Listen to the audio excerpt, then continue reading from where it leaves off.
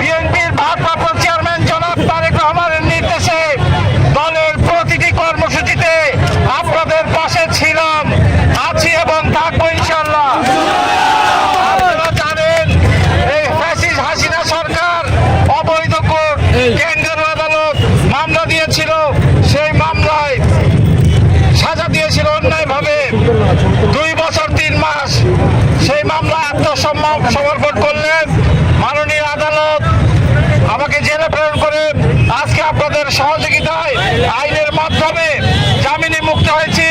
আপনারা যে সকলে এসেছেন কষ্ট করে, সকলের প্রতি আন্তরিক ধন্যবাদ এবং কৃতজ্ঞতা প্রকাশ করছি।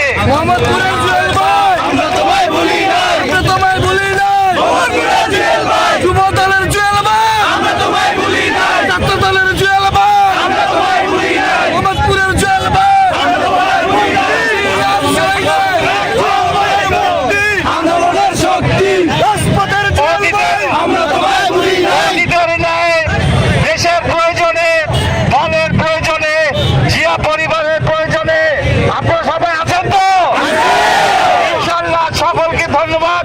আমরা এখন সুশৃঙ্খল ভাবে জনাব তারেক রহমানের প্রতি কৃতজ্ঞতা, বেগম খালেদা জিয়ার প্রতি কৃতজ্ঞতা, যুবদল সভাপতি জনাব আব্দুল মোনায়েম মুন্না, সাধারণ সম্পাদক জনাব নজরুল ইসলাম রানের প্রতি কৃতজ্ঞতা, নেতৃবৃন্দ সকলে আমরা সুশৃঙ্খল ভাবে মোহাম্মদপুরের দিকে অগ্রসর হব।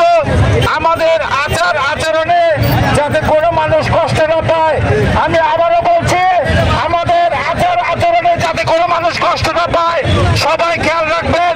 আমরা মানুষের কল্যাণের জন্য রাজনীতি করি, মানুষকে কষ্ট দেওয়ার জন্য না। সকলকে ধন্যবাদ। বাংলাদেশ জাতীয়তাবাদী যুবদল জিন্দাবাদ।